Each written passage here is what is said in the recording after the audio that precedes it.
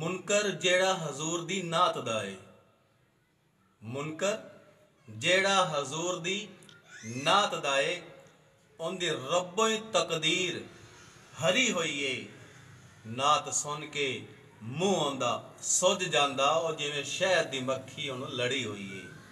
नात सुन के मुँह आंदा सुज जांदा और जिवें शहद दी मक्खी उन्होंने लड़ी हुई है।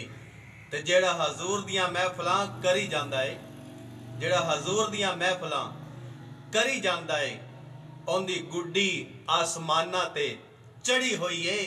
ते असलम दोज़ख विच नहीं हो सड़ सकदा और जिंदी बाह हजूर ने फड़ी हुई है।